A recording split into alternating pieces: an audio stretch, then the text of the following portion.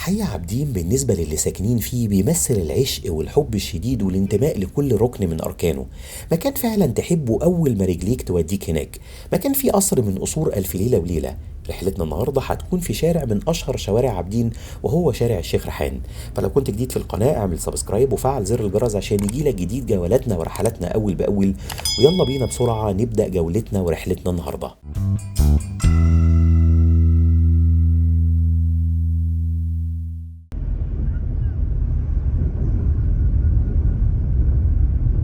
هنبتدي رحلتنا النهارده لشارع الشيخ ريحان، الشارع المهم جدا واللي بيخترق منطقة مهمة جدا في مصر المحروسة. شارع بيطل عليه قصر ومقر الحكم في مصر في فترة من أهم فترات حياتها. شارع الشيخ ريحان بيبتدي من ميدان سيمون بوليفار لغاية شارع بورسعيد. بداية رحلتنا دلوقتي في شارع محمد عز العرب أول مبتدئين سابقا، وطالعين على شارع القصر العيني اللي بيقاطعنا يمنا وشمالنا. ولو عدينا الشارع هندخل على حي جاردن سيتي، الحي الراقي واللي بعتبره أول كومباوند في مصر. دخلنا بالفعل شارع القصر العيني، وشارع القصر العيني ده يعتبر من أهم شوارع مصر وأكثرها معالم. هو بيبدأ من ميدان فم الخليج عند سور مجرى العيون وبيوصل لغاية ميدان التحرير. شارع مليان معالم وبيقطعوا عشرات الشوارع المهمة زي ما احنا كنا شايفين، شارع صفية زغلول، شارع سعد زغلول وضريح سعد، شارع حسين حجازي، وشارع اسماعيل أباظة، وعدد كبير جدا من الشوارع. الشارع ده اتسمى القصر العيني لأن كان فيه أقدم مدرسة طبية اتعملت في عهد محمد علي. الاسم جه إن كان فيه واحد اسمه العيني باشا، واتعملت المدرسة الطبية في القصر بتاعه في المنطقة اللي احنا فيها دلوقتي. زي ما انتم شايفين أنا دايما بحاول أبدأ رحلاتي من مناطق أبعد نسبيا من الشارع اللي احنا رايحين ليه، عشان أربط لكم كده أحياء ومناطق ببعضها عشان تشوفوا تلاحم المناطق والأحياء المصرية ببعضها. يعني بدأنا من المنيرة قريب السيدة زينب، وبعدين احنا أقرب لوسط البلد أهو لأنه في وشنا على طول ميدان التحرير، وكمان رايحين على حي عابدين، وكان قدامنا وشمالنا دلوقتي حي جاردن سيتي وكورنيش النيل. زي ما انتم شايفين كده بنشوف عدد كبير من الشوارع. شارع كمال الدين حسين على شمالنا، الهيئه العامه للموانئ البريه والجافه على يميننا. بعد كده بنقابل شارع عبد القادر حمزه اللي بيدخلنا برضو على ميدان سيمون بوليفار. بعديه مباشره بنقابل بقى شارع الشيخ ريحان اللي بيكون يميننا وشمالنا. لو دخلنا شمال هنروح لميدان سيمون بوليفار. طبعا لو كملنا في شارع القصر العيني هندخل اهو على ميدان التحرير، لكن احنا هندخل بقى على بدايه مسار رحلتنا النهارده وهو شارع الشيخ ريحان. وكان على يميننا المجمع العلمي، واول ما ندخل الشارع بيكون على شمالنا مقر الجامعه الامريكيه القديم. زي ما انتم شايفين كده كمان بنقابل وزاره التضامن الاجتماعي على اليمين، وعلى الشمال بعد مبنى الجامعه الامريكيه بنقابل مدرسه من المدارس العريقه في مصر قوي، وهي مدرسه ليسيه الحريه.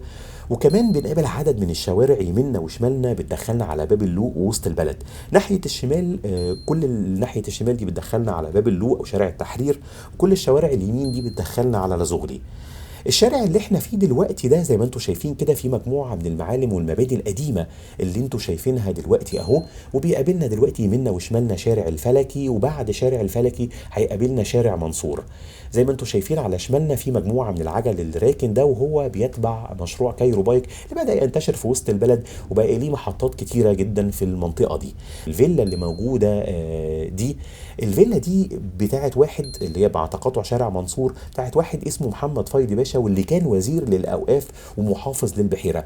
زي ما انتم شايفين لسه شارع الشيخ ريحان موجود فيه عدد من الفلل وموجود فيه عدد من القصور القديمه، اللي يمكن هنشوف تحت الشجر ده هنلاقي برضو فيلا من الفيلل دي اللي موجوده اهي. هتبتدي تبان بعد الشجر ده عشان نشوف عراقه وجمال مصر وجمال مصر الخديويه اللي انتوا شايفينها، واللي كان شارع الشيخ ريحان احد الشوارع المهمه جدا في المنطقه دي. يمكن الشارع اللي احنا فيه دلوقتي ده كان اسمه شارع السلطان حسين كامل سلطان مصر وملك السودان، هو ابن الخديوي اسماعيل. ولكن وزي شوارع كتير اتغير اسمه بعد الثوره لشارع الشيخ ريحان. على يميننا وشمالنا هو شارع نوبار، يميننا نوصل للازغلي، وشمالنا هيكون امتداد شارع نوبار ده شارع شريف، الشارع المهم جدا في وسط البلد. لكن عايزين نقول مين هو بقى الشيخ ريحان. الراجل ده اسمه ريحان ابن يوسف بن سعاده، والاغلب انه كان من نسل الحسين بن علي رضي الله عنهم من سلاله الرسول صلى الله عليه وسلم. الشارع ده حصلت فيه احداث كتيره جدا، وكان مسار لثوره الزعيم احمد عرابي لقربه من البوابه الخاصه بقصر عابدين. يمكن حي عابدين اللي احنا فيه دلوقتي بدأت حكايته مع الخديوي اسماعيل لما جه حاكم لمصر، وكان بيحلم انه يعمل عاصمة لمصر على شكل اوروبا، وخطط لبنى قصر عشان يكون مقر للحكم. منطقة عابدين دي كانت عبارة عن برك زي بركة السقايين والبركة الناصرية ومجموعة من المستنقعات. وطبعا صلح كل ده وبقت المنطقة من أجمل مناطق القاهرة الحديثة. يمكن قصر عابدين هنقابله كمان شويه، لكن احنا لازلنا بنشوف بقى مجموعه من الشوارع اللي بتقابلنا في طريقنا، وداخلين دلوقتي على شارع من الشوارع المهمه جدا وهو شارع محمد فريد. لو دخلنا يمين هنوصل لمنطقه النصريه اللي بيبتدي فيها شارع محمد فريد، ولو دخلنا شمال هندخل بقى على شارع التحرير، هنعدي شارع التحرير وهنعدي ميدان محمد فريد، وهنفضل ماشيين كده لغايه ما نوصل لشارع 26 يوليو. ومن بعد شارع 26 يوليو بيكمل الشارع باسم شارع عماد الدين المشهور جدا. على يميننا دلوقتي مطعم بجة، طبعا من المطاعم فواكه اللحوم المشهورة جدا في المنطقة اللي احنا ماشيين فيها، وليه فروع تانية موجودة في نطاق حي السيدة والنصرية وعابدين. لسه مكملين طريقنا في شارع الشيخ ريحان، وبدأ بقى يبان قدامنا قصر عابدين الجميل جدا اللي بناه الخديوي اسماعيل، وكان هدفه ان هو يعيش وسط الناس لكن برضه في قصر اشبه بالقلعه. يمكن القصر على مشارف القاهره الخديويه، يعتبر الازبكيه وحي الاسماعيليه وجاردن سيتي، وبدا البناء فيه سنه 1863 وفضلوا يبنوا فيه لغايه سنه 1872. وحوالين قصر عابدين اتعملت دواوين اللي هي وزارات. ويمكن اسم عابدين جاي من امير اللواء عابدين في عهد محمد علي باشا اللي كان قائد عسكري كبير، وكان ساكن في قصر صغير مكان القصر اللي على شمالنا دلوقتي وفي نفس الموقع ده.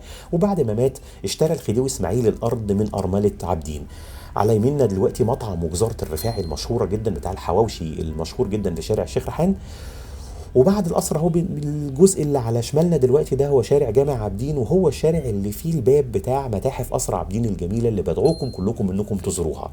طبعا كل الشوارع الجانبيه الفرعيه اللي على يميننا دي بتدخلنا على بعض الشوارع اللي هي موجوده في منطقه عابدين. وكمان لو دخلنا بقى ويعني دخلنا وغوطنا شويه جوه كده هندخل على بعض الشوارع اللي تتبع حي السيده زينب. احنا لسه مكملين طريقنا في شارع الشيخ ريحان وطالعين دلوقتي على شارع بورسعيد. احنا كده يعتبر خلصنا شارع الشيخ ريحان، وبرضه هنكمل شويه كده لامتداد الشارع، واللي بيكون بعد ما نعدي الشارع اللي على يميننا وشمالنا اللي هو شارع بورسعيد. طبعا شارع بورسعيد ده غني عن التعريف، من الشوارع المهمه جدا واللي كان اسمه زمان شارع الخليج المصري.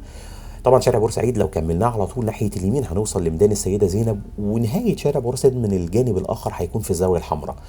احنا لسه مكملين طريقنا في شارع خلاص عدينا بقى شارع الشيخ ريحان وبقى بيقاطعنا زي ما انتم شايفين شارع بورسعيد يمنا وشمالنا، وداخلين كده على سكه راتب باشا الكبير اللي هي تعتبر جزء من حي الحلميه الجديده العريق برضو. ويمكن اللي احنا ماشيين فيه دلوقتي كده بنقابل يمنا وشمالنا سكه الحبانيه، واللي بتوصلنا لو دخلنا ناحيه الشمال كده هتوصلنا لشارع القلعه. يمكن حي الحلميه الجديده كان طبعا لينا حلقه مهمه جدا في الحي ده، مشينا بقى في عدد كبير جدا من الشوارع بتاع الخاصه بحي الحلميه الجديده اللي بيرجع على عباس حلمي الثاني. لكن الحلميه عموما اتبنت فوق سرايا ضخمه كان انشاها عباس حلمي الاول، مكان بيت لابراهيم بيك الكبير وبيت ابنه مرزوق اللي اتقتل في مذبحه القلعه سنه 1811. انتوا متخيلين كميه الحكايات اللي احنا بنحكيها واحنا ماشيين في عدد كبير من الشوارع العريقه والتاريخيه في مصر؟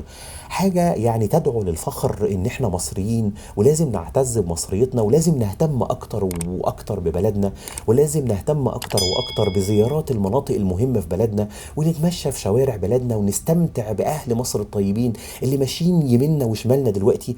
تحسوا ان هم ماشيين في سلام وامن وحب وتلاحم، شيء عظيم جدا.